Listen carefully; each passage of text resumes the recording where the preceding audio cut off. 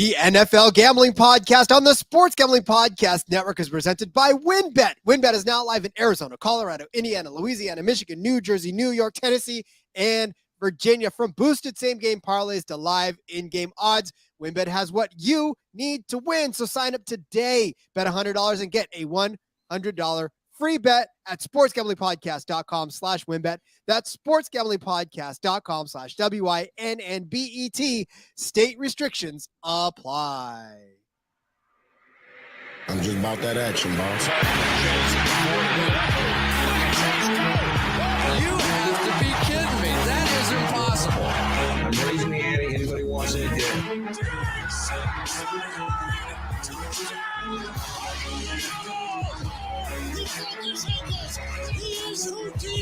Jordan Davis, dog. Jalen Hurts, dog. AJ Brown, dog. How many of you want to eat a W tonight?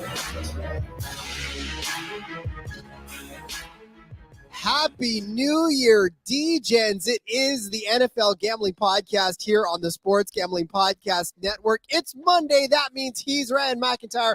I'm Rod Villagomez, and it is time for your Week 17 recap. We're not quite done with it yet. Obviously, one more kind of monumental game to go tonight on Monday Night Football, as it were. But the majority of Week 17 is behind us. And as we always do, we're here to break it down. But Ryan, there is no look ahead into the next week because we don't know what's happening in the playoffs as it sits. So first of all, Happy New Year, Ryan. Welcome back. And man, I'm ready to get at this. Happy New Year to you as well, Rod. Yeah, no, we are at the end because we don't have a look-ahead line. We can't really look ahead to the wild card because we don't know who's going to be playing who. So we'll run through some of those playoff scenarios at the end of the episode. So stay tuned, and then we'll recap how we did on the look-aheads for week number 18. Crazy, man. We got a great Monday night game between Buffalo and Cincinnati, and so many of these playoff scenarios in the AFC hinge on this game in Cincinnati tonight, and it's gonna be a showdown. I mean, Allen Burrow to end week 17. You can't ask for anything more as an NFL fan. No, you certainly cannot. And look, some will say that the NFL script writers have done a fantastic job to get us here. With all of their blown calls and all of their questionable calls and making sure the right teams make it to the right areas. And I know you conspiracy theorists are out there. And look, here's the thing. Even if that were the case, would you almost care? I mean, look, we're at the point where we're having some exciting football being played right now. And would you feel gypped if the league were top heavy every single year in, year out? I mean, I'm not saying that it's happening, but by and large, look, we're getting great football. So can you complain is my question. Yeah, no, I mean, you could definitely make the argument with some of the calls that may or may not go Tampa Bay's way or some of these other teams, New York Giants. I'm not bitter or anything, but I mean, in the end, the game's played on the field. Human element. I mean, I get tired of replay at a lot of the time just because I think that missed calls is part of the game and it's the human element. So, but it's been a great NFL season and looking forward to finishing strong here in week 18. And then we'll be doing playoff episodes here this time next week. Yeah, we will. How exciting is that? And yeah, you're right. I mean, the games are totally played on the field. There's just no way I think that you could influence a game as much as people think. I mean, obviously these guys are very high priced, high paid. They're not there to be, manipulated or maneuvered or anything like that. So I don't know how you can say that the whole thing is fixed. Yeah, no, it's definitely not fixed. But hey, that doesn't mean we can't complain about the officials. Amen to that. Listen, I'm going to give you guys a fair warning already. If you're watching this as you do on Mondays live, first of all, thank you for joining us and having a great time with us each and every week.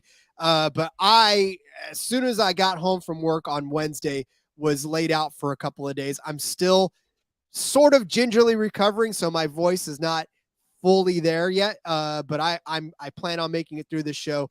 And if you hear me duck out, it's because I've hit the mute button and I'm coughing. So just a fair warning to everybody out there listening. You still get my golden nasally tones, but I may have to duck out every once in a while. So Ryan, be on the ready. Anytime you see me go, then it's time to, pick it up. take it over. Yeah, I'll host it until you come back. Yeah, no, it's funny because I do a show with you. I do a show with J Mark. I do a show with Moonoff. And all three of you have had a bug come in and out over the last couple of weeks. And I'm just like, fingers crossed that I don't catch it as well. Good thing we Hey, are virtual. I was gonna say it's the internet. I don't know how the bug is traveling, but it's traveling through the interwebs. Although It's I will StreamYard. say, don't. I will say though that you may be my permanent replacement though on the podcast. Moonoff did another 4-0 week with you as co-host. So I'm just sure saying. he'll let you know as well. Oh, he did. Oh, he did. Or he's like, I went 4-0 again on the podcast. I said, well, it's been fun, and 2023 will be great with Ryan and you in the seat. So just Let me have know some if you fun. need me. I'm on the side. Yeah. All right. Well, as we did say, NFL action did take place this week, obviously, and it started on Thursday night.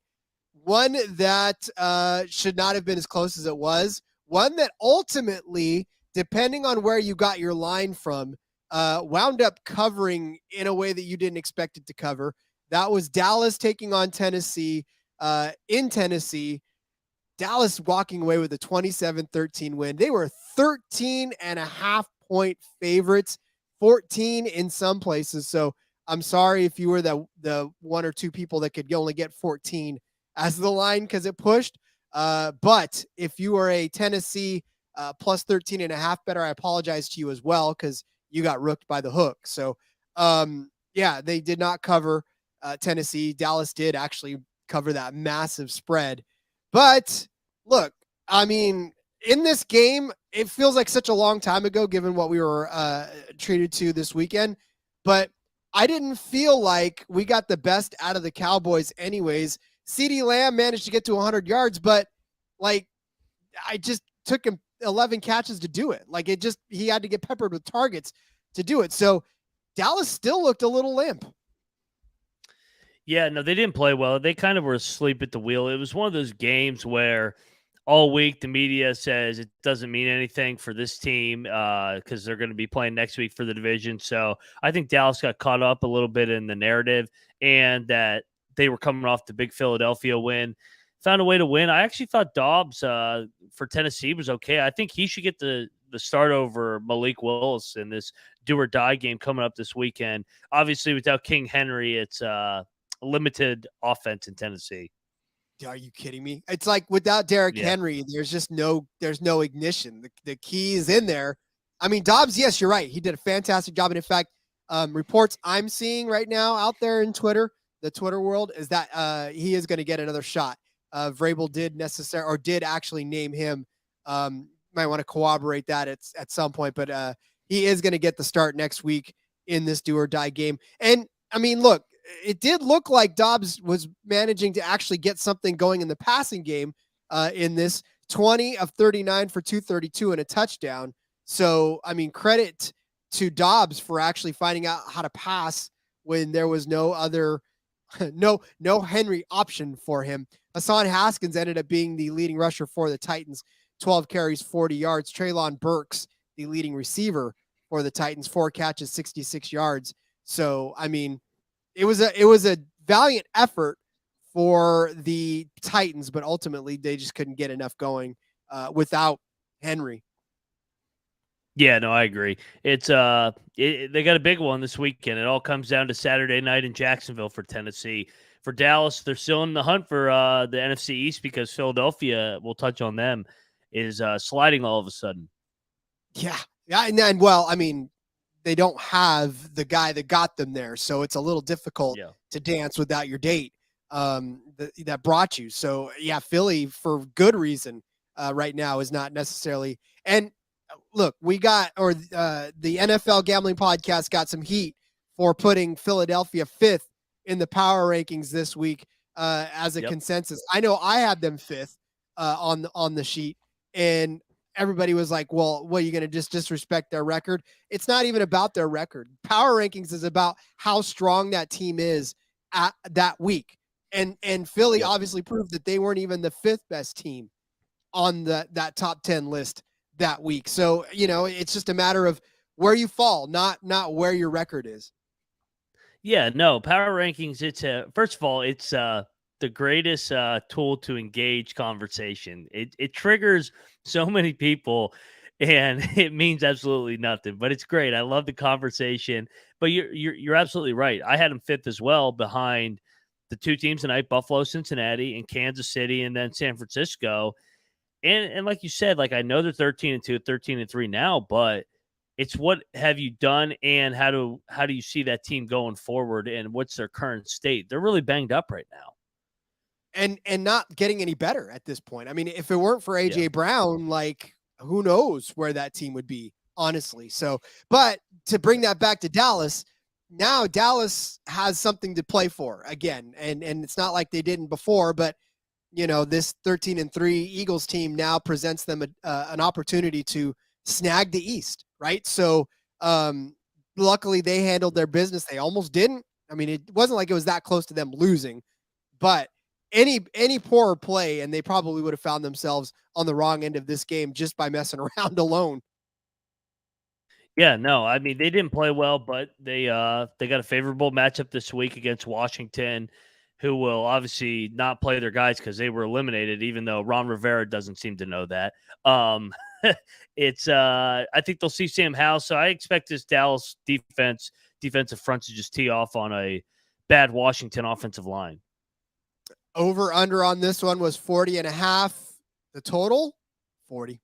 So hopefully you bet the under on this one. Under on Tennessee's, I think, is just the way to go in life. Don't try to get cute with it, especially with the way their offenses looked lately. So, all right, enough of that night.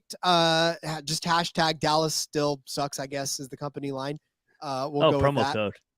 Promo code Dallas sucks. Let us move to the NFC South, where Tom Brady just does it again. All he does is win division titles. He won the NFC South this week with a 30-24 win against the Carolina Panthers. The Tampa Bay Buccaneers 3.5-point favorites in this one. And it was just a game that Tom Brady needed. So he goes out and throws for 432 yards to get it and 3 touchdowns. Where was this Tom Brady all year? But more importantly, Ryan, for fantasy managers, where the hell was this Mike Evans all season? 207 yards on 10 receptions, 3 touchdowns. I quit fantasy football.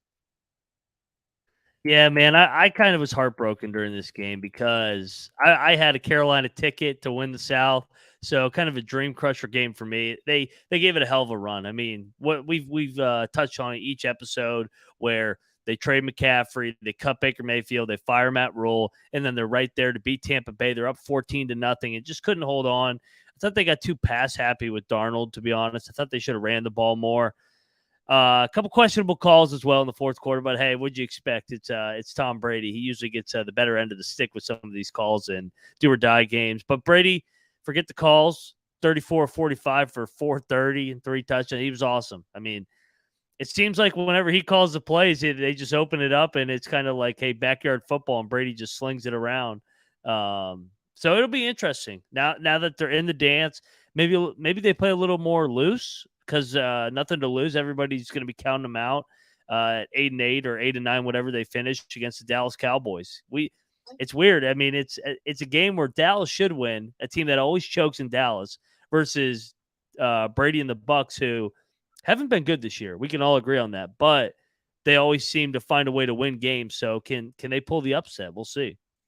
But this is why I never understood this season in particular with Brady, right? I mean, the guy's played so long that you can make up stuff at this point because you get so comfortable and so, I don't want to say that the game never changes, but I mean, the basics never change. You know, you're there to complete passes. You're there to be the quarterback, and that doesn't change. And so I never understood why this season was so frustrating for him. Maybe it was mental. I mean, we've talked about everything going on off field anyways, but from a sheer football standpoint, I mean, at this point, you've done everything you've done, and now all you're doing is just repeating it. So why was it this difficult for Tom Brady to look this good? I mean, this is the best he's looked all season, right? I mean, this is what you expected Tom Brady to look like from the jump.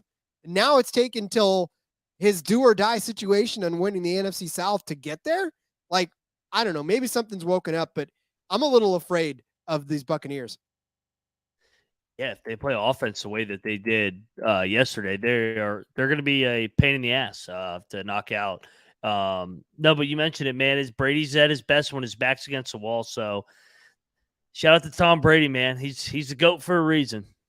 He certainly is. Sam Darnold, 23 of 37, 341. He threw 3 touchdowns as well. That's why they got pass happy, man. Some of those passes that Sam Darnold was actually tossing, like that, I was impressed. Like that one to DJ Moore, that was impressive. So I get why they were trying to keep him hot, but you have Dante Foreman, you've got Chuba Hubbard. Like, I don't know why you wouldn't run the ball more either when you're up. So whatever.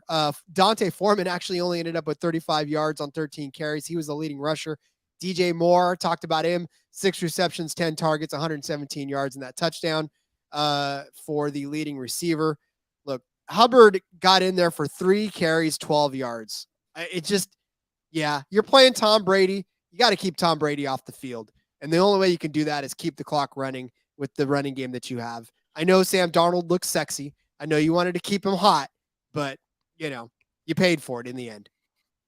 No doubt. Yeah, I mean, they got there because they were dominant on the ground. That was kind of their identity, and they got away from it in a do-or-die game. Foreman needs more than 13 touches, and Hubbard needs more than 3. I didn't get that at all. No, and neither did anybody else. But Tampa was happy with it. Tampa took it all day long. You want to get the ball into Sam Darnold's out of Sam Darnold's hand 37 times? Go right ahead. They'll eat you alive and finish first in the South. So 8-8, doesn't matter what happens next week. They're still going to be in the NFC South championship seat, and their playoff seating, I don't think we'll talk about that in a second, is going to matter much anyways either, depending on where they're at. Because I mean, look, they'll be the last team in the playoff bracket, pretty much, I think, depending on who must their way in. Yeah, no, they're locked into the 4 seed in the NFC. Yep. So, they can't improve or decrease their position, which means that next week is sort of a toss-up for them. All right, over-under on this one was 40.5. They came in at 54, thereby going over on this one. Although I don't know that I would have expected this one to go over. 2 underperforming offenses, and here we are with 54 points between the 2. Yeah, no doubt. It was it kind of was a shootout. I didn't expect that. I don't think America did too. Sorry, caught a little bit of that cough in there. All right, let's move on to look at. I'm sorry in advance. I know we enjoy Victory Mondays on this show, but unfortunately this time you do not get the victory lap. And let's just go ahead and call a spade a spade. This one was an absolute stinker from the Commanders. I don't know how Deshaun Watson can come out and beat you, only throwing for 169 yards. Yes, he got 3 touchdowns, but I mean, Ryan, break this game down since this is near and dear to your heart. Yeah, no, this isn't Victory Monday. This is a funeral Monday because you can kiss away the playoffs. It's over for Washington. They were unprepared, got out-coached, got outplayed. They're the only team that has made Deshaun Watson look like kind of Deshaun Watson again. He's been terrible. They had 3 touchdowns as a team, the Browns, in the last 3 weeks. They had 3 touchdowns in the second half on 3 straight drives. And then we'll go to the other side. Carson Wentz was atrocious. 3 interceptions, 140 passing yards. I mean, he was terrible. I don't know. Brian Robinson got 24 carries. I thought he should have even got more because obviously Wentz wasn't getting it done. And then in the postgame, Riverboat Ron didn't even know that they could be eliminated if the Packers beat the Vikings. I don't know how nobody on that staff or in that organization told him, hey, after the game, hey, we're eliminated if the Packers win. I don't know how you don't know that in a billion-dollar organization in the NFL, but this is why Washington's Washington. So is what it is. It's the best way. It's my best handicap on it, man. It was embarrassing. There's no other way to put it. The Browns suck, and they just came in and beat the shit out of the Commanders. Well, they call it bulletin board fodder for a reason. I mean, it's like you know where you're at. You know that you have to win this game, 1, and then 2, you have to know the situation around you. So, I mean, maybe they're just not used to it, so they just sort of lost track of what happens. I mean, look, you know, sometimes I've done something enough times to where I'm like, oh, I didn't realize that could happen. So, Yeah. but no, not for a head coach of a NFL organization. Yeah, it's like they played they didn't know it was a must win, which is crazy. But hey, they went from currently holding the 6th seed at the beginning of the month to not even making it to week 18 with a mathematical scenario. So Packers fans rejoiced in this game, Lions fans rejoiced, and Seahawks fans rejoiced because that knocked out Washington and put them in a chance to make the playoffs in week 18. A lot of happy people not wearing a Commander's uniform, that is for sure. Amari Cooper really was the only person of note on the receiving core. He caught 3 passes, 105 yards, but 2 touchdowns. Harrison Bryant was the next one in line, the tight end, 2 catches, 19 yards. DPJ, 1 catch for 13 yards, but that was a touchdown. So, like, I mean, I don't even want to talk about the Browns anymore. And they're not even mathematically eliminated yet, are they either? Yeah, no, they are. They had nothing to play for. That's why they won. That's what it was. Yeah, no, it's always it's a typical Washington Cleveland game. The team that needs to win won't win, and the team that's playing a meaningless game will win. Cleveland was a 1.5 point underdog, 2.5 points in certain instances. Covered the spread. Over under was 41. The total there was 34. So obviously that did not hit. But that game is behind us all now. Okay, they talked about Carson Wentz and the quarterback situation in Washington next year, and I hear them saying we're just going to find what free agent is out there to help us out. What the hell is that all about? It's a whole lot of nothing, kind of like their play yesterday. Yeah, I mean, obviously Carson Wentz will not be back. The Carson Wentz experience, experiment, whatever you want to call that thing, was yesterday, came to a screeching halt because that's over. I never want to see that thing ever again. Neither does anybody, even if you're a fan or not a fan of the team. That was just dreadful to watch. Who do you even roll out next week? I want Sam Howell, the rookie. I mean, you're mathematically eliminated. Let's see what the rookie's got. And he's playing Dallas, so it's like, hey, good test here. If shows some flashes, maybe consider him as an option next year. But, I mean, you look at guys like Carr and Vegas and other guys that'll be looking to jump ship. The NFL's kind of turned into the NBA a little bit at the quarterback position where guys jump ship and then land with the new team. Didn't work out so well this year, though. Watson was not very good. Russell Wilson has been terrible. Stafford the year before that was good, but then this year was not very good. So it'll be interesting. Tom Brady will be available. If he's not just hanging it up entirely. Yeah, no doubt. I mean, we'll see if Aaron Rodgers stays in Green Bay as well. I think he will, but I mean, you never know nowadays. I mean, guys jump ship left and right, so we'll see what happens. Derek Carr is definitely a candidate, though. Oh, for sure. Yeah, I don't know that he's going to play another game for the Raiders, unfortunately. Yeah, we'll see which quarterbacks hit the transfer portal after this season. Great way of putting it. Yes, the NFL transfer portal NFL at the quarterback position. What a world we live in. Right? Well, they want the NIL money, right? I just whatever. Yeah. Okay. Let's do this. We'll step away. We'll come back. We'll continue to break down Week 17 in the NFL, but let's pay some bills first and tell you about WynnBET. It's the official online sportsbook of the Sports Gambling Podcast Network. WynnBET is active in a bunch of states, and there are a ton of ways to win, including live betting and same-game parlays. Reduced juiced on sides and totals for all bowl games the day of. That's coming to a close, obviously. You get great promos, odds, and payouts happening right now at WynnBET. You ready to play? Sign up today. You're going to get a special offer. Bet $100, win $100. That's limited to state availability. So much to choose from, and all you got to do is head over to sportsgamblingpodcast.com/WynnBET so they know that we sent you.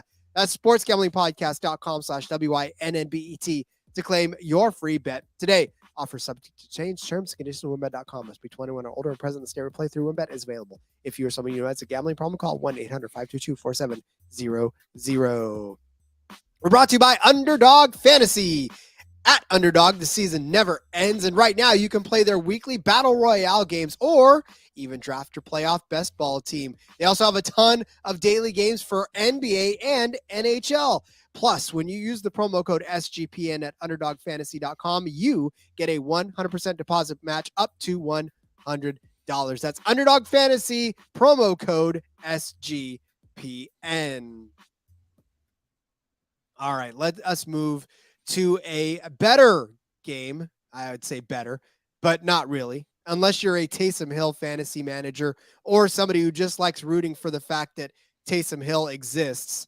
And that is the Saints and the Eagles, where Gardner Minshew and Minshew Mania has finally officially closed its final chapter.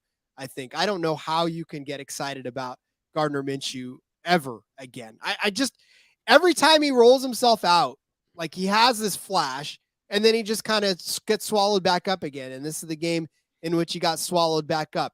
Minshew for the Eagles is in that 20-10 loss to the Saints. 18 of 32, 274, a touchdown, an interception, but the running game did not help much either. Miles Sanders, 12 carries, 61 yards, no touchdowns for him. Andy Dalton on the other side, 18 of 22, 204 yards. And get this, Ryan, the Saints beat the Eagles and Andy Dalton threw for 0 touchdowns. So that's fun. And neither did Taysom Hill. But I mean, if you're the Eagles, Ryan, if you're the Eagles and their fans at this point, where do we even put them on the power rankings next year or next week? Haha. I know. Hey, this was a fun game if you're a Philadelphia Eagles hater like myself, but don't let Sean hear that. The Saints gave away so many games in the first half of the year. I feel like if they actually got in the playoffs right now, they could make some noise. I mean, because they're really good defensively. I mean, they dominated that game, dominated the trenches, ran the ball well against this Philadelphia Eagles team. And that line stunk yesterday. I mean, the Eagles were only 4.5-point favorites against the Saints team that everybody hates. And I mean, the Saints dominated, like you said, 13-0 at half, kind of just controlled the tempo of the game. Outside of one big play to A.J. Brown, the Eagles did nothing offensively the whole day. Hey, and don't look now, but the Saints have won 3 in a row. I mean, they were obviously in the conversation for NFC South too. Should Brady have slipped, but yeah. Yeah, they're going to be kicking themselves. I mean, I keep saying this every week, I feel like, but they blew that Monday night game against Tampa Bay where they were up 16-3 with 3 minutes left. If they just win that game, they win the South. And so, I mean, it came down to they got swept by the Bucs, and that's why they're going to be home. But if they had gotten in, I think they actually could have pulled an upset. So earlier in the season, it was almost a no-brainer that the Eagles were going to carry this through and become the 1 seed in the NFC playoff picture. But now there's doubt. Not so fast. Yeah. How much doubt are we talking here, though? What are you feeling on a level of confidence for them?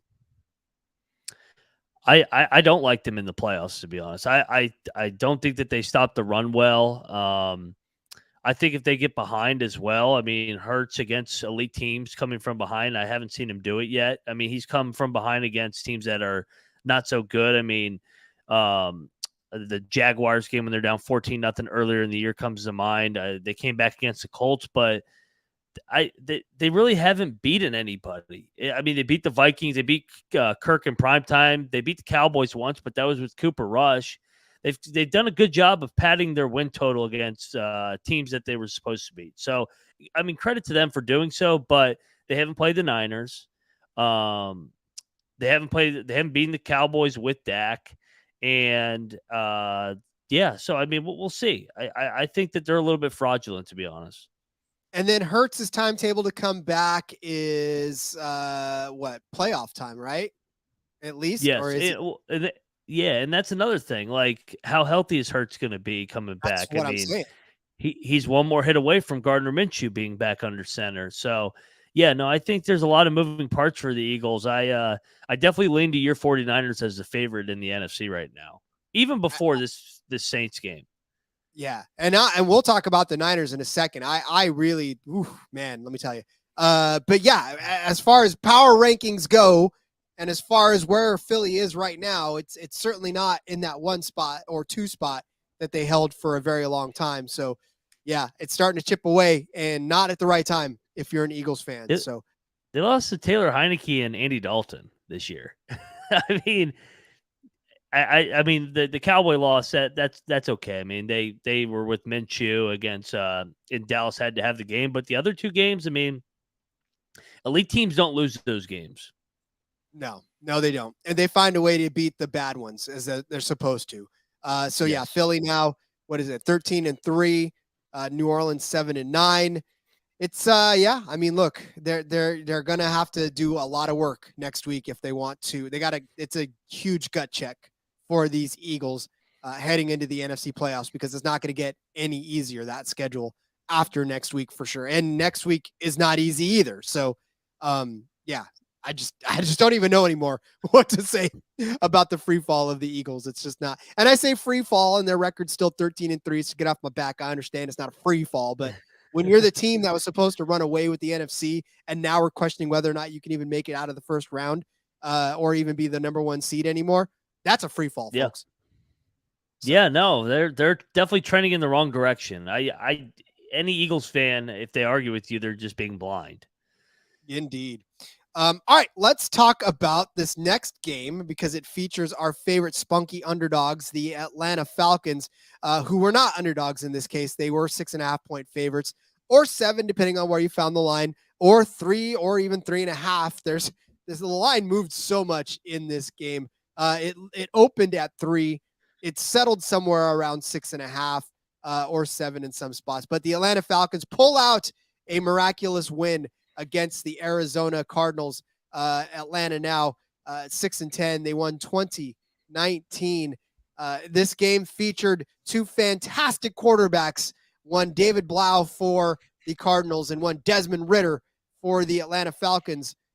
This was not a barn burner, Ryan. We should not spend a whole lot of time on this, because not only does it not have any implications, but if you bet on this one, you are an absolute degen.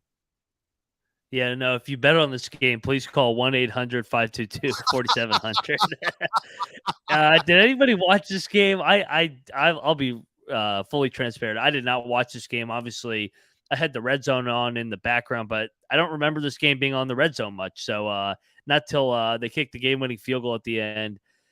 I mean, Arizona continues to lose games under Cliff Kingsbury. As for Atlanta, I mean, 6-10, kind of where we all thought they would be in the end. 5-11 or 5-12, 6-11. I mean, some people had them 3-14, so they overachieved that number.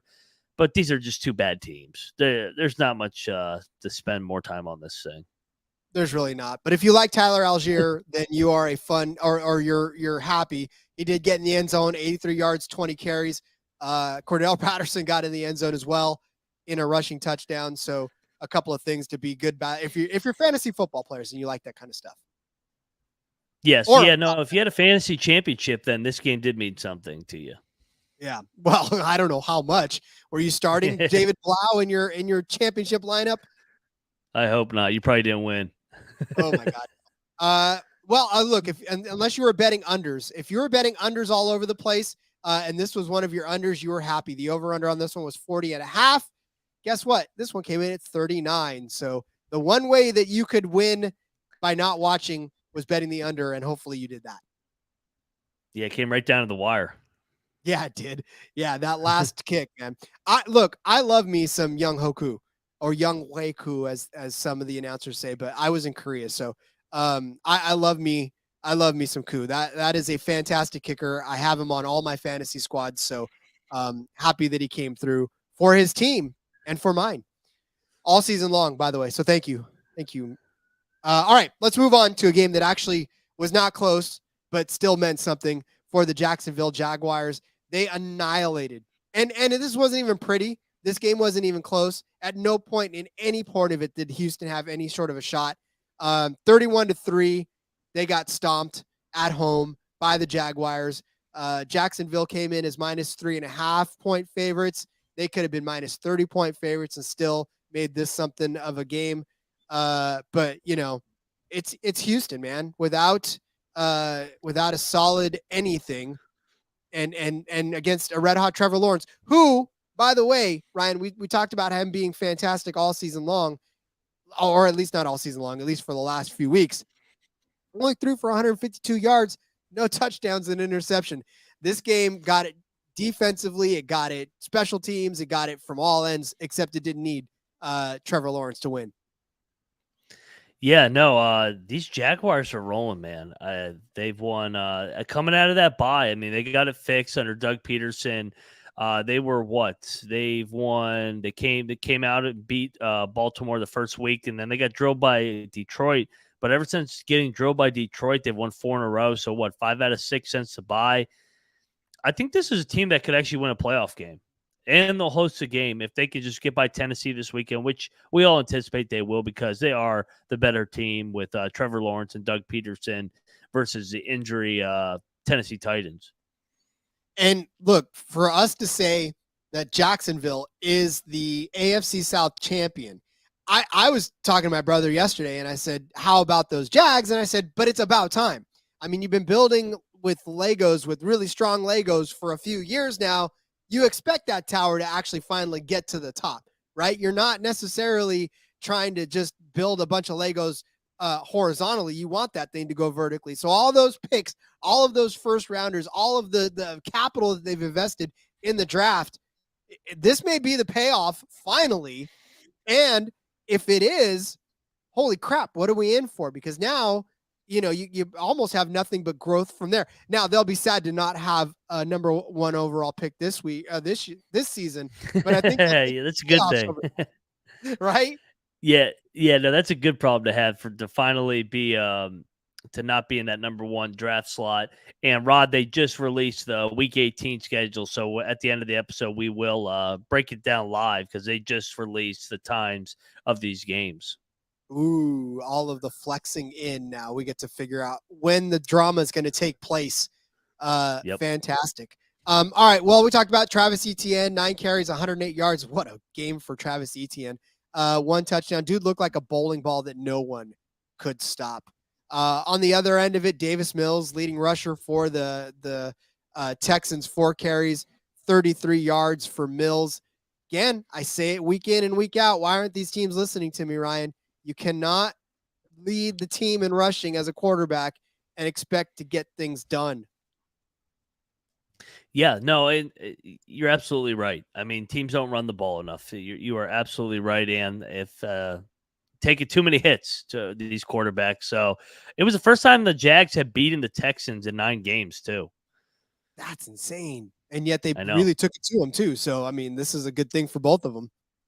Yep. Well, maybe not both of them, but you know what I mean. Yeah, no. Over under on this one, 43.5. This one came in at a resounding 34. So obviously did not come anywhere near there. Look, you want hashtag analysis on this one? Jaguars good, Texans bad. We'll move on. Two teams that I thought this was going to be a little bit closer of a game than it was.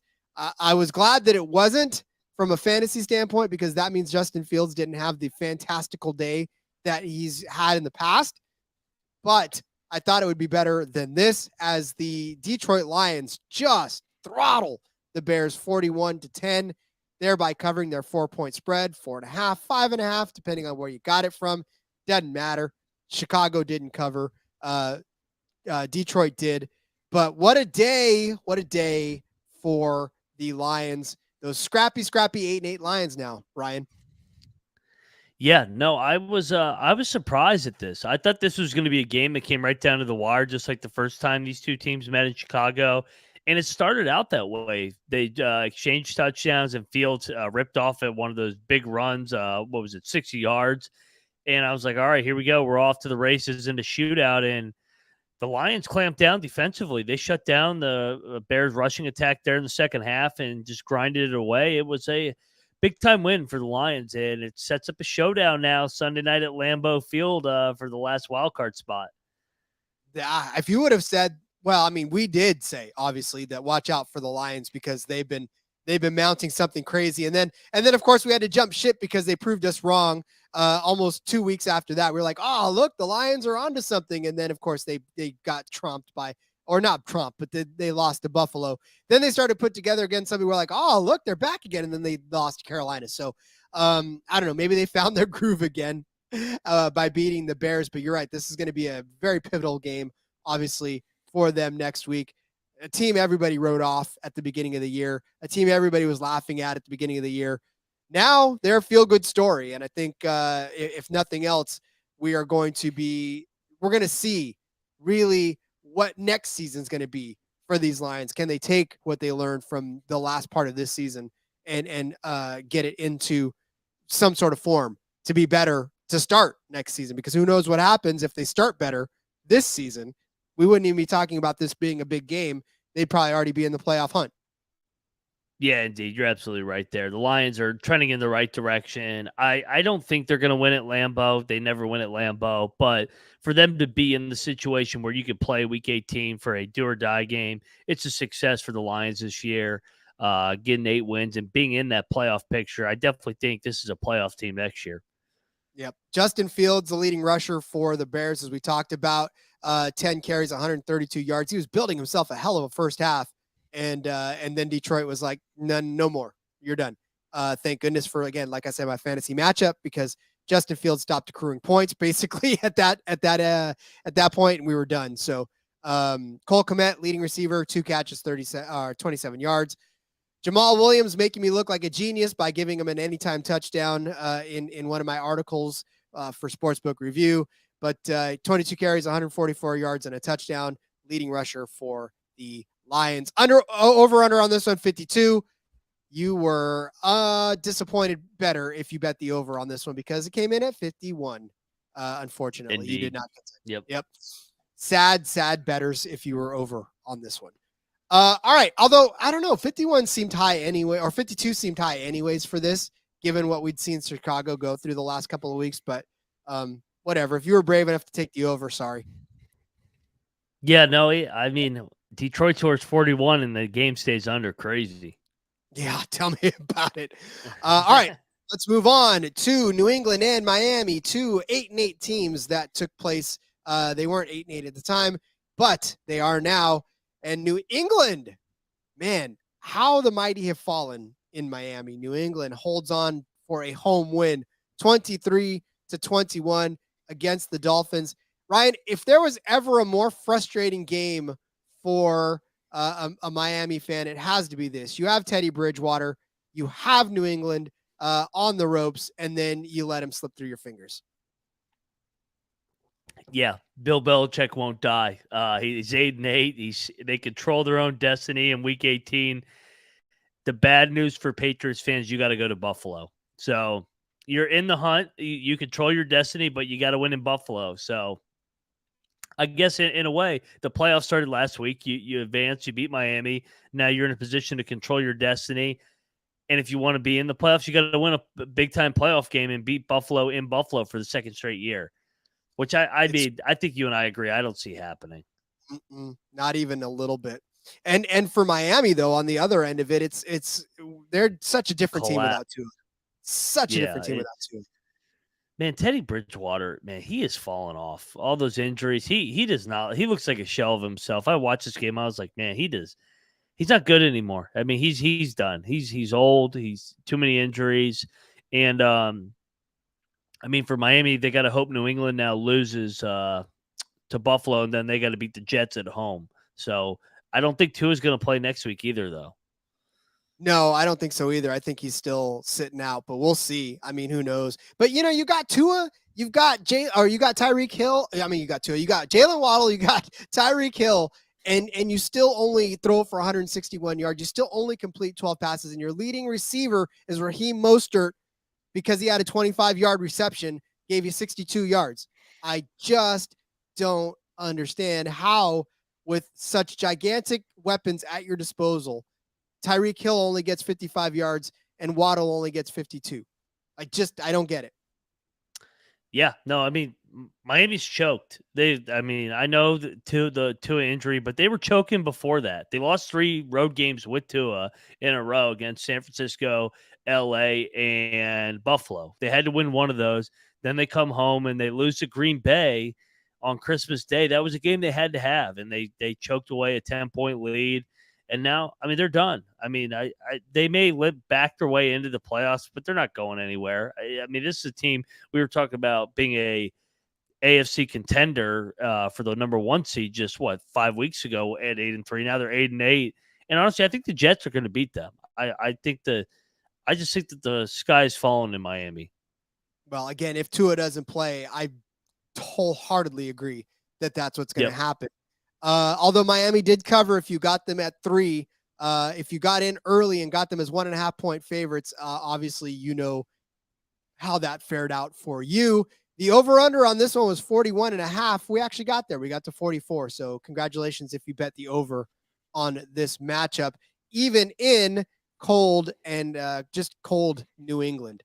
All right, enough of that. Obviously, like we said, we talked about it. New England, they're just not going to go away, and they're not going to necessarily make it easy for you this week.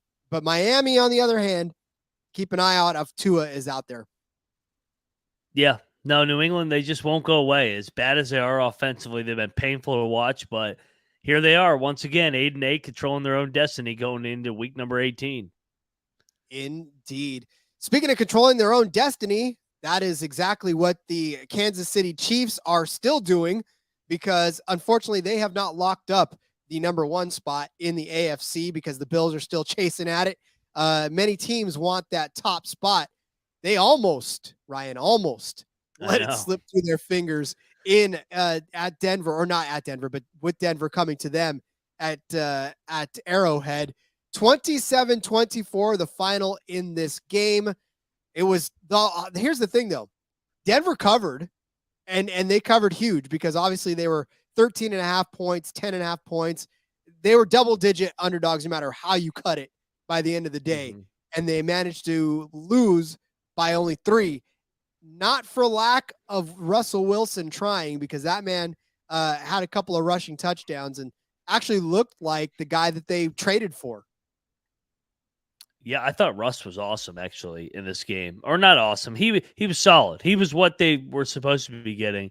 Kansas City kind of went through the motions. This was a close your eyes special in terms of take Denver with the points. I know it's ugly, but they just got drilled by 50 on Christmas Day. They're not that bad. They're bad, but not that bad where you're losing games by 50. Nobody's that bad in the NFL. And Kansas City, a little bit of a look ahead, man. They're just trying to but they're just trying to cruise into the playoffs. They need Buffalo to lose tonight. That's a simple handicap. And that's the question, though. Will they? I mean, I know Cincinnati's going to be a beast to beat. I know these two teams haven't met in a long time, actually. And in fact, I don't believe that Joe Burrow has actually played against the Bills yet. So in his career, fact check me on that one. But yeah, it's just a matter of, it's just a matter of now, can Kansas City continue to stay up for these games as well? I mean, next week's still a big one. They can't let that one slip through their fingers. But they're still Kansas City. It's still Mahomes.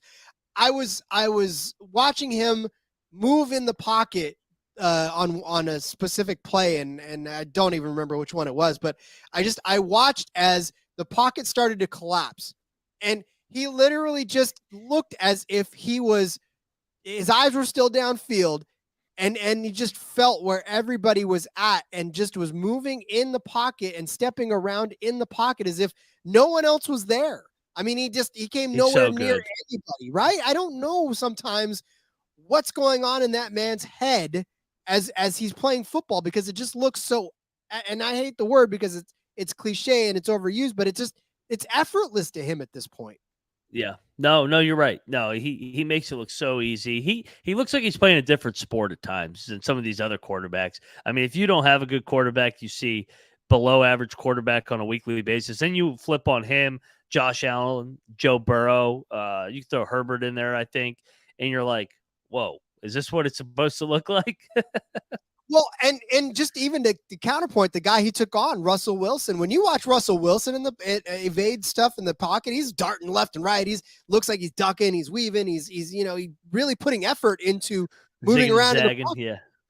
Yeah. Whereas with Patrick Mahomes, he can make the same movements, but it just looks like he's gliding, like he's just literally slow motion through everything rather than trying to take evasive actions running through a grenade field or something, you know?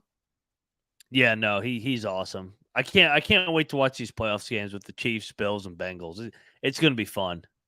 It's going to be a treat indeed. All right. Over under on this one, 46.5. Obviously, Denver now, just they've been out of the picture forever. Kansas City, they know what they've got to do. They got to play better than they played this last week for the whole game. I mean, they can't count on trying to come back and score 14 points late to seal the deal. Talking about seal the deal. How about them New York Giants, huh? 38-10 over the Indianapolis Colts. Now the Giants 9-6-1, and we're talking playoffs again. When we almost felt like we weren't going to be talking about the playoffs with the Giants, but they covered their 5.5 point spread, even the 3 point spread if you got it early. But yeah, man, the Giants now we can safely say that both of the top teams in the company are in. Yeah, no, shout out to the G-Men, year one of Brian Daboll. It hasn't been pretty the whole way, but they have found a way to get into the dance. Looks like they're going to be the 6th seed, if I'm not mistaken. I think they've clinched and they're locked in. They can't catch Dallas, and they can't be caught by the 7th seed. So good job by Daboll in year number 1 with Daniel Jones. Kramer made a good point. Daniel Jones is better than some of these quarterbacks in the NFL. Like he's not terrible. There's a lot worse quarterbacks out there. So I do think Daniel Jones is a starter. Now he's not a great starter, but I think he's definitely a serviceable starter. Okay, look, Daniel Jones, let's see, over Carson Wentz. Duh. No doubt. That's a no-brainer. Like, I mean, Carson Wentz over Deshaun Watson. I mean, not Carson Wentz. Daniel Jones over Deshaun Watson. Yeah, right now, absolutely, I'd do that. So, yeah, I get it. I mean, I know that he's not as sexy as you want a New York quarterback to be. He but gets maybe things done. Yeah, he's the quarterback New York deserves. May not be the one that you want. Batman. It's he's Alex Smith. He's got a little bit of Alex Smith in him. Yeah. Oh, yeah, for sure. Yeah, it's just the the unsung guy that gets things done. And I mean, I think I've said it on this show before, but I hate the term that the term game managers become derogatory, because don't you want your quarterback to be able to get it to playmakers? He can be one himself. Yes. Like, in fact, we see Jalen Hurts all the time, but isn't Jalen Hurts better when he's getting the ball to AJ Brown, when he's getting it to Devonta Smith, when he's getting it into the Miles Sanders hands and watching Miles Sanders goes? Isn't that when Jalen Hurts is better? Yeah, he's good when he runs. I think so. Yeah. Right? Yeah. Whatever. No doubt. I'm just a guy sitting here talking for nothing, so it doesn't matter. But yeah. Look, Indianapolis, I'm not even going to go anywhere near them. Don't need to. Joke. Just bad football all around from the Colts. 8 of 13 for Nick Foles, 81 yards and an interception, 47.3 quarterback rating. Zach Moss getting some work done, 15 carries, 74 yards, but there's just a lot of rebuilding to do next season in Indianapolis. Yeah. No doubt. All right. Over under on this one, 38.5. This one hit it, but only because the Giants decided they wanted to come out scoring. So yeah, the Jeff Saturday experiment's over. Let's end that crap. I would say so.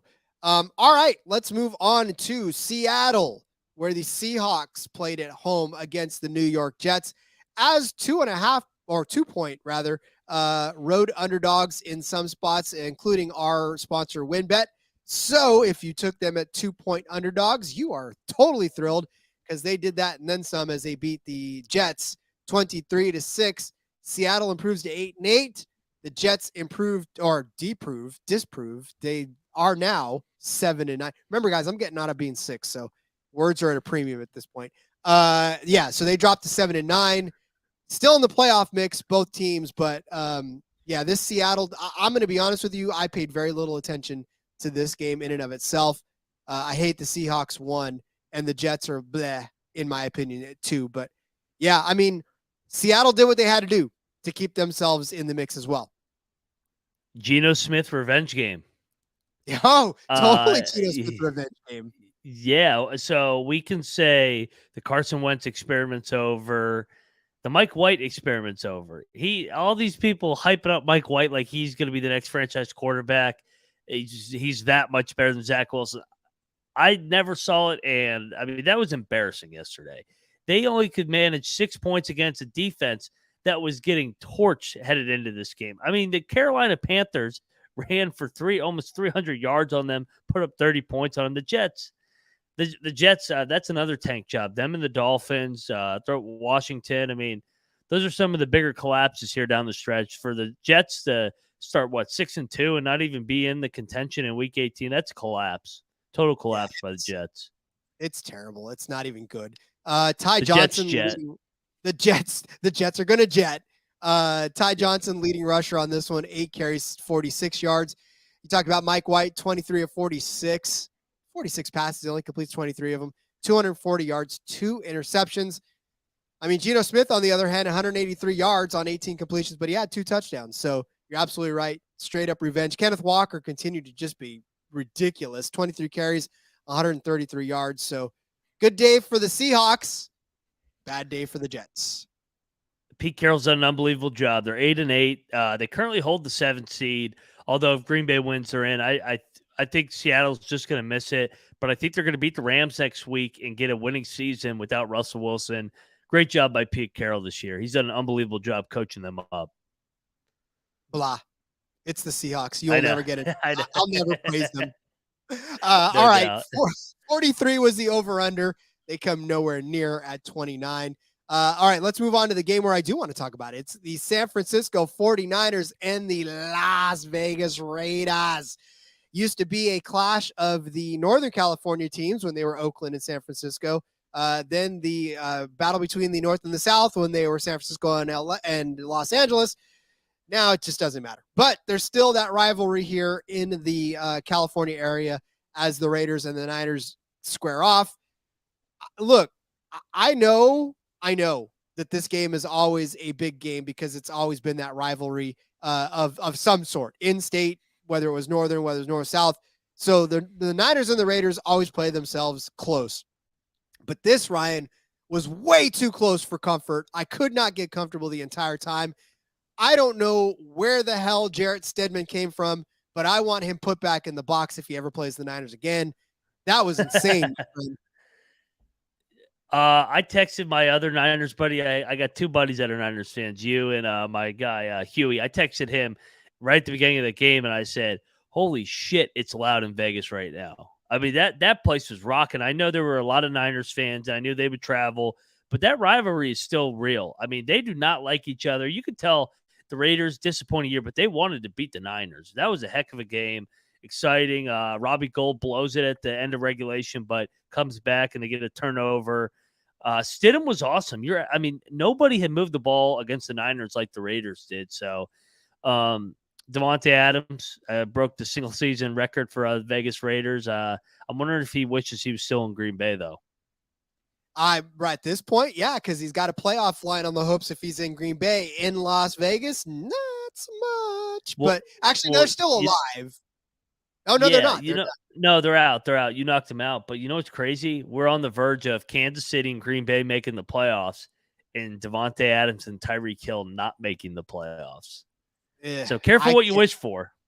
Seriously. And look, for Davante Adams, I know he was defending Derek Carr, but he had a gigantic day. 2 touchdowns, 153 yards on 7 catches from one Jarrett Stidham.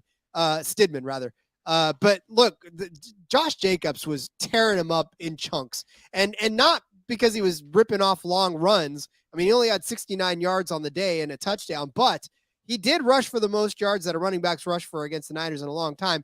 But it's just the way he was pounding through, even for 2 or 3 yard gains at a time. It just was, you didn't see that. You normally saw the Niners meet running backs at the line of scrimmage, but Jacobs was able to get past them and into the second line of the linebackers. And it's just, I don't know. I mean, like I said, it wasn't that Jacobs torched them for very many yards, but by the same token, the way he was doing it, it was frustrating because you didn't see that from a running back against the Niners very often. Yeah, I didn't see that coming. I will say the Niners had been getting a lot of hype going into this game, so maybe a little bit of a look ahead with Derek Carr going out, and it's like, hey man, we'll just pound this team. We'll just show up and play, and they were in for a game. I mean, like you said, Vegas was ready right from the get go. Vegas probably should have won this game, to be honest, but the Niners grinded it out, found a way to win. Great game. That catch by Devontae Adams was incredible. I can't even. I love Devontae Adams. Obviously, I got Fresno State fandom all over me, and that was like the Fresno State fan of me was like, "Yeah, that's Devontae Adams," and the San Francisco fan of me was like, "Damn it, Devontae Adams!" Like, yeah, it was a tough situation to be in as a mixed fan. But look, as much as the Raiders did what Raiders did, concentrate on what the Niners did, and defensively, as much as they let that game slip away from them at times. They brought it right back with timely turnovers, a timely interception, 100% timely pressures, and Brock Purdy remains unsullied. 22 of 35, 284, 2 touchdowns. Man, I got to tell you, Purdy magic. Purdy, he's Purdy. That guy's Purdy. But Brandon Ayuk, 9 receptions on 12 targets, 101 yards, and a touchdown. They got it done in the areas that they needed to get it done, and that was running the ball with Christian McCaffrey, 121 yards and a touchdown on 19 carries, and of course defense. So, look, by all rights and accounts, I said this to my brother too. I said you need to win these games. You need to be tested in a way that makes you realize that it doesn't matter what your record is when you step on that field. It doesn't matter how many games in a row you've won, you can always lose it. So sometimes when you're riding high, right, it's not that you got to get knocked all the way down, but you got to get punched hard enough to remember that there's still people swinging at you, and you've got to humble you a little bit. Yep. Exactly. No doubt. Good win. Hey, and you got some help here, and we'll touch on that game in a minute. We sure will. Over-under on this one was 41. I'll let you guess where that one went. 71 total points on this one. All right, 3 games to go. Let's muscle through them, Ryan, as we move on to another high-scoring game, at least from one team standpoint. We'll talk about the Green Bay Packers just absolutely kicking the doors off of the Minnesota Vikings, 41-17. You want to talk about frustrating when your star receiver in one Justin Jefferson has 1 catch on the day for 15 yards. You're not winning. Yeah, the Vikings are fraudulent. I keep saying that. I mean, no 12-3 teams gets blown out the way that they get blown out. And the other side, look who's back. Aaron Rodgers is back. The Green Bay Packers are back. Winning your end just like that. Everybody wrote him off, and here he is right there. I know J Mark's going to kill me when he hears this clip, but Aaron Rodgers is going to get it done on Sunday, and he's going to be playing in the playoffs again.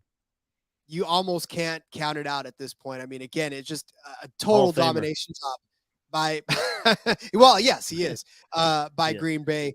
They were 3-point favorites, 3.5-point favorites, depending on where you got them from to start the game. And obviously they covered. Oh, I forgot to say that Vegas did end up covering, by the way. They were double-digit underdogs at some points, 6-point underdogs at others, but it doesn't matter. Wherever you got them, if you took the Raiders and the points, they covered for you. But back to the Packers and the Vikings. I mean, Kirk Cousins, 205 yards, 3 interceptions, just a horrific day for Cousins, 49.2 yards. Got no help in the ground. I mean, it wasn't as if Dalvin Cook was ripping off yardage. 9 carries, 27 yards. Alexander Mattison, 8 carries for 38 yards. He, in fact, Cousins had 37 yards on the ground. So terrible luck there. But Aaron Rodgers only had to throw 15 completions, 159 yards, and 1 touchdown because Aaron Jones was ripping off chunks. 14 carries for 111 yards for Jones. But yeah, I mean, Green Bay, they're carrying some momentum. And that is actually scary when you talk about these playoffs coming up. Yeah, no, I don't think any higher seed in the NFC wants to play them. I mean, you touch on it. You got a Hall of Fame quarterback. They're running the ball now with Jones and Dillon. All of a sudden, they're playing good defense again with Alexander in that secondary. this is a hard matchup for anybody that's a higher seed in the NFC. If it's Packers Niners first round, get your popcorn ready. That's going to be a game. It's going to be a game. Me and my daughter are going to be going against each other once again for like the second time or the third time in a few years. Third time, yeah. That's going to be crazy. But all right, look, Minnesota, a la Philly, not going to be close to the top of a power ranking this coming week. I'll tell you that much right now. When you talk about teams that should have been getting it done and aren't, Minnesota definitely one of those right now. So, all right. Yep. Let's talk about the Chargers and the Rams, both home teams. That was, I don't know, and I don't remember. I know that's happened before, but like it seems weird in this day and age for both of those teams to be playing at SoFi and yet still be at home, yet the Chargers be designated as the home team. Isn't that crazy? Yeah, no, it was a mixed crowd, and are the Chargers the most underrated team right now? I think they're Yes. flying the most under the radar. They're playing good football. They're healthy with Bosa back, and they got their two receivers with Allen and Williams. So, Chargers are another team I wouldn't want to play. With the way that they're playing and get after the passer. Herbert's looking good now that he's got finally his whole team back, and Eckler continues to roll. Yes, Austin Eckler, 10 carries, 122 yards, long of 72 with 2 touchdowns. Fantastic day once again for Austin Eckler. And you're right, Herbert is doing well, 21-28, 212, 2 touchdowns. Once again, finding that twice. But here's the thing, and that Mike Williams catch, by the way, that one that he grabbed on the sidelines, just one-handed toe tap, just a picture-perfect pass for Mike Williams, who's by all rights and accounts, Ryan, I think he's back. Yeah, no, they are back. It's like you said, the duo of Williams and Allen, and mix it with that Eckler rushing attack. I think the Rams played their tails off the week before against the Broncos. Kind of a letdown a little bit where you beat a team by 40 and come back to life a little bit. Baker was not very good. But yeah, no, these Chargers, all of a sudden, they're hot. They're 10-6. And who do they have next week? They got the Broncos. They've won what now? 4 in a row, 5 out of 6. And nobody's talking about them. Nope, they are not. And that's probably just the way they want it. In fact, they probably want the way they need it. Yeah. Yep. They just want to be under the radar and come in and beat you at the most quiet 10-6 that you'll ever see for the Chargers, which is fine. But for the Rams, I was going to say, sign me up for a Final Four in the AFC of Josh Allen, Patrick Mahomes, Joe Burrow, and Justin Herbert. Sign me up right now. Let's go. I mean, again, script writers are working hard on that scenario. No doubt. Mayfield Magic runs out 11 of 19 for Baker, 132 yards, no touchdowns, but no interceptions at the same time. Cam Akers, boy, if you had him, you probably didn't have him in your fantasy championship lineup, but if you did, he made you happy. 19 carries, 123 yards for Cam Akers. Chargers were 5.5 point favorites in this one, 8.5 even in some spots. Doesn't matter. They covered all that stuff. Over under on this one was 41. You pushed. This was 41. Hopefully you had a hook somewhere that you could get underneath or over. Well, at least underneath.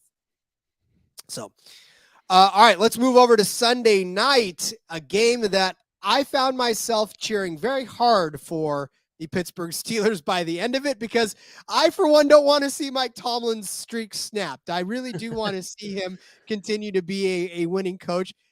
I don't know, I'm a sucker for that streak, but I love it, and I want to see it keep going. So Pittsburgh does end up winning 16-13 over Baltimore, who now fall to 10-6. Pittsburgh's 8-8 stay alive in the playoff race, but more importantly, Mike Tomlin's streak stays alive as well.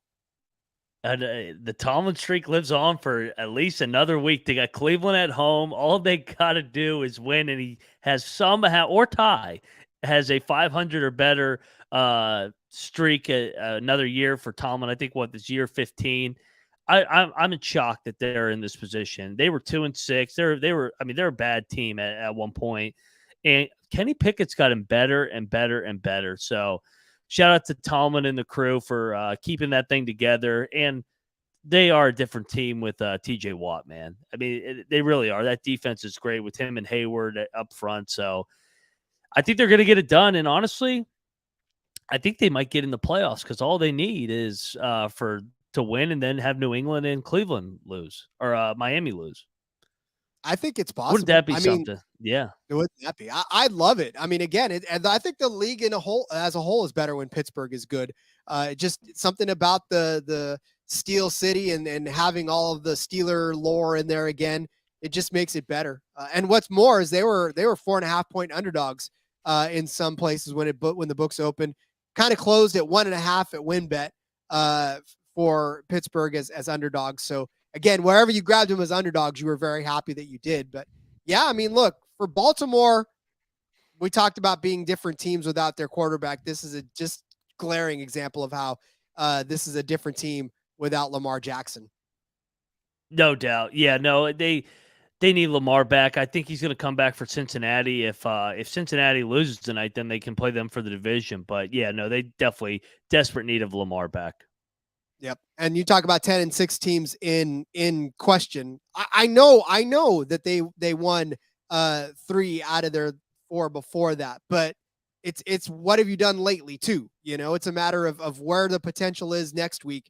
And if Lamar Jackson's not there, there's not a whole lot of potential. So yeah, it's just you got to keep an eye out on that one as well. Over-under on this one was 34.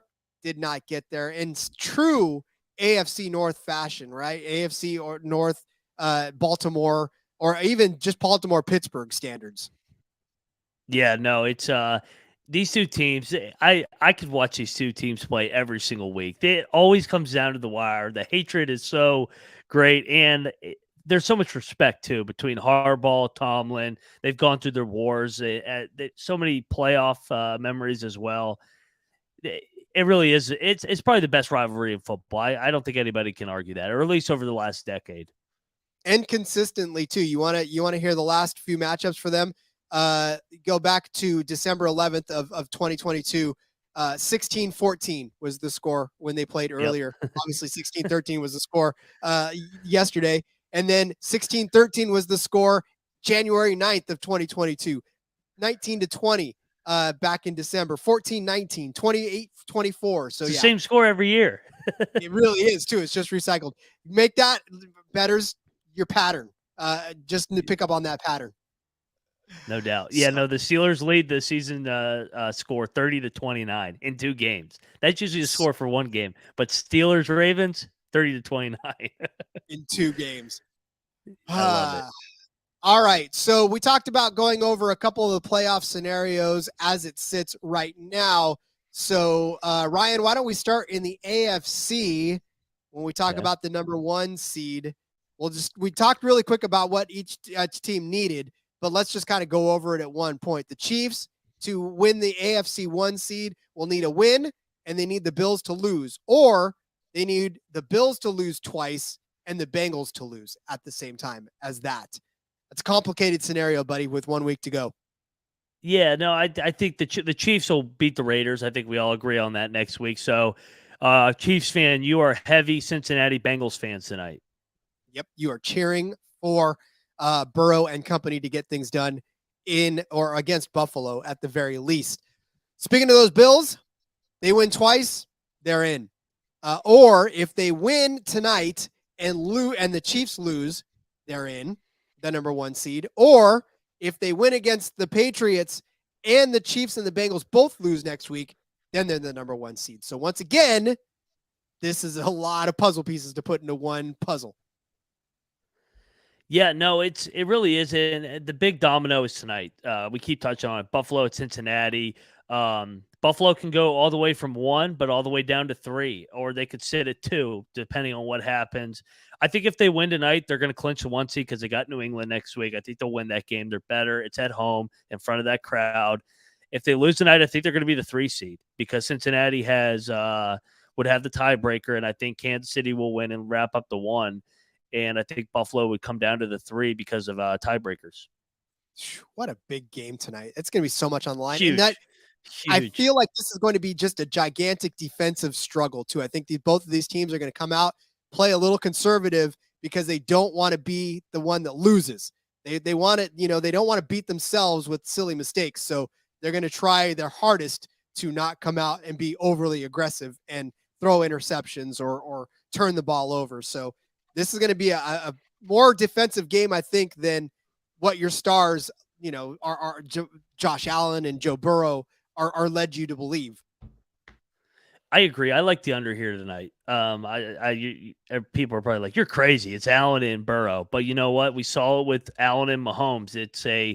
And Burrow and Mahomes. It's a sexy pick to take the over, but there's so much every play. This is a playoff game. Games are low score. Games officiated tighter, and they let you play a little bit more. They do indeed. It's gonna be physical. All right. Yep. Yeah, it's going to be physical. That is for sure. All right, let's talk about the AFC South title.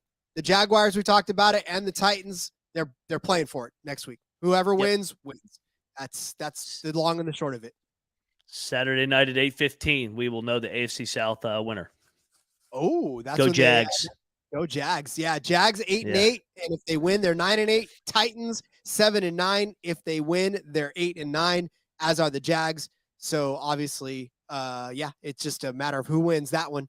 And that's easy. Already talked about the AFC North. Bengals will clinch the AFC North with a win. So if they win, then they clinch the North, or the Ravens, or they got to beat the Ravens. So yeah, because they play next week. So the scenario is simple for the Bengals. If you lose tonight, you're playing a winning your end game for the AFC North. So you're looking at either the 3 or 6 seed. The ironic thing, if the Bengals lose tonight, they go down to the 3 seed. The Ravens are currently at the 6 seed.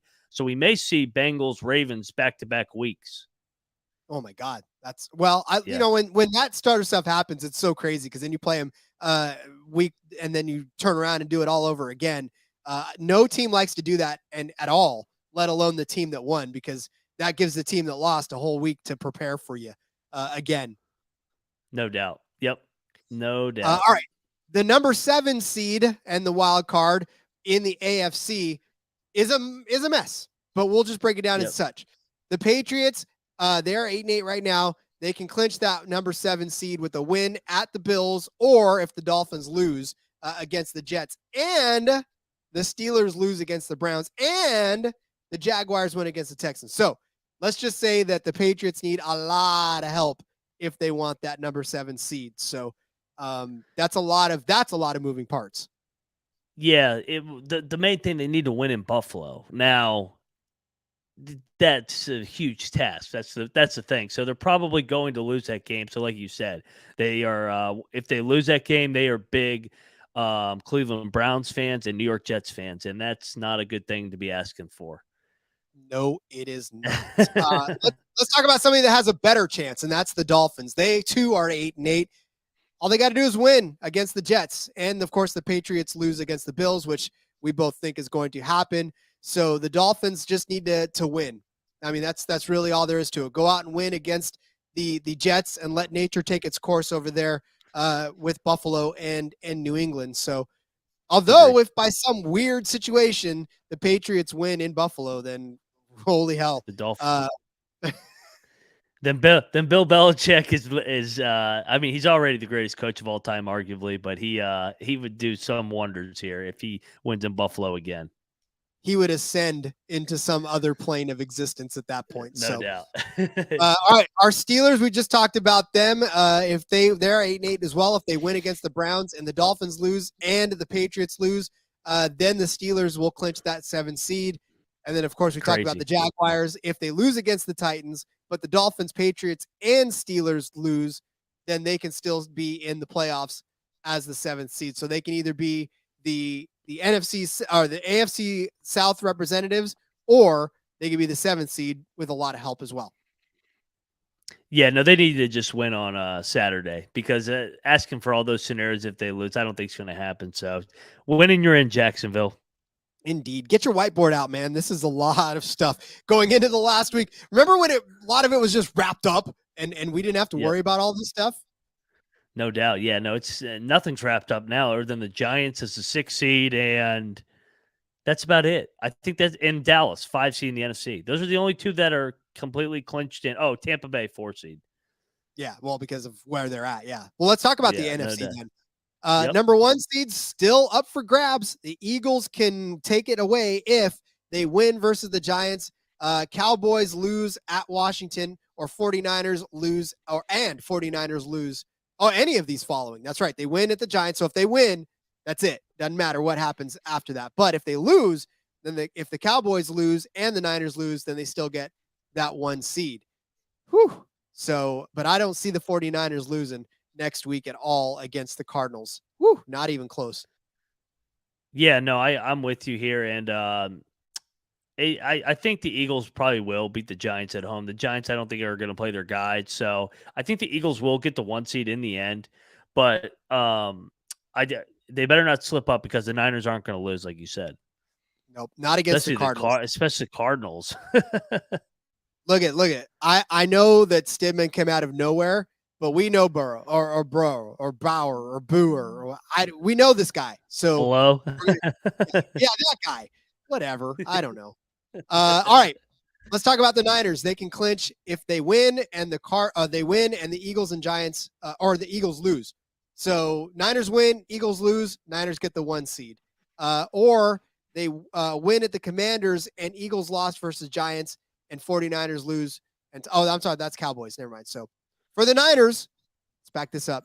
They win against the Cardinals, Eagles lose, 1 seed for the Niners. So let's cross our fingers, Niners fans, Niners faithful, and hope that happens. We just talked about them. They're not losing against the Cardinals. So it's all up to the Eagles and how they do. So we'll keep an eye on the board for that. Washington, on the other hand, can clinch the 1 seed if they win against Washington, and the Eagles lose and the Niners lose. So sort of the reverse of what happened with the Eagles.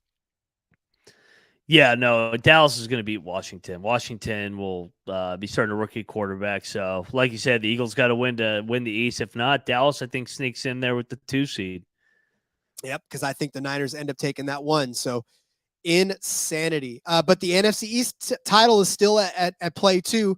Eagles have to win, or the Cowboys lose, and the Eagles will be NFC East champions. Cowboys win at the Commanders, and the Eagles have to lose. So a lot rides on what happens in Philadelphia or with Philadelphia next week for sure. And everybody's keeping an eye on that one. But let's talk about the wild card, right? Packers are 8-8. They're in if they win. Simple as that. They beat the Lions. They're going to win in the playoffs. So yeah, that's we've already talked about that because the Lions have to play for playoff berth 2. So if they win against the Packers and the Seahawks lose or tie versus the Packers, or they tie versus the Packers and the Seahawks lose versus the Rams. So the Seahawks got to lose, right, for the Lions to get in, even if they win. So a lot of stuff happening there. Yeah, no, I mean the Lions need a lot of help, like you said. I think the Seahawks are going to eliminate the Lions because I think they're going to beat the Rams. So that'll just set up a winning your end game for Green Bay. That will be the Sunday night game, by the way, Rod.